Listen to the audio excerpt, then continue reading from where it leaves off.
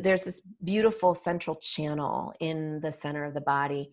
It has other names that you might have heard if you've been on the path for a long time. Central channel, pillar of light, channel of light, channel of genius. Lots of different terms for it, but essentially, and I'll explain this, is that from the tailbone pelvic floor region of the body, tailbone and pelvic floor, through in front of the spine is this meridian. It's the central channel. It's the Sushumna Nadi, which is a relatively, thin meridian in the body. There are other thinner ones, and this was a thicker the one than those, but it's not very big. It's thin, and it's at the same time, it houses in our energy system the consciousness of our soul in communion with divine essence.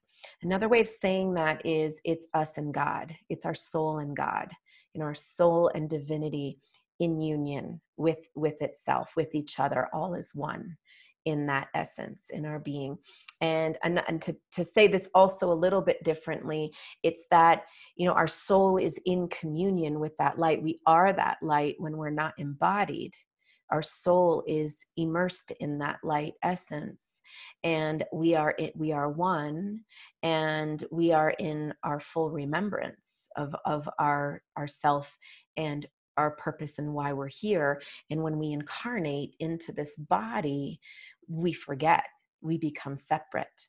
We go through the process in life of remembering that unity. Well, that consciousness exists at the center of our spine and in the front of it. And it is our center. It is our core. We'll think of core as solar plexus or abs, abdominal muscles. But the core is actually the central channel of the body. And when light starts to infuse into that, into that central channel, and we're illuminating, that luminosity allows an overflow of the central channel of the body. And that would create a wider pillar.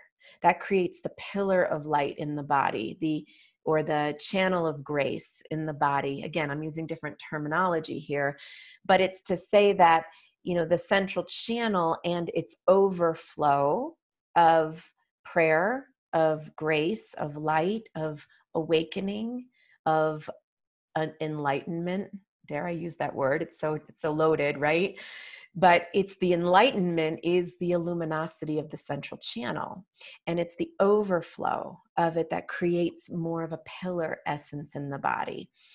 Now, going back here, technically, I'll use this word technically, ideally, nothing should be in the channel but us and God. And I'll say that differently. In the ideal state of a illuminant channel, we are in pure essence with our divinity. Now, we are human beings, and we have gone through lifetimes, and we've gone through karmas, and we've gone through life experiences, and we have imprints in our body.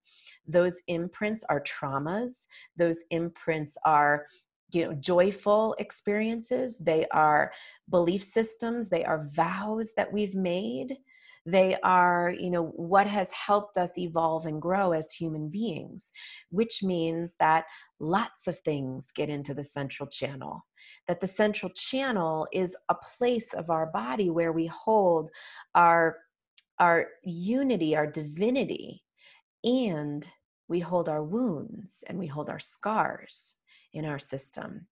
And in the central channel of the body, we have the process here where when a wound is impacted to such a degree in our energy system that it has shook us to the core, it means that the wound has gotten into the central channel. Now it's a core wound.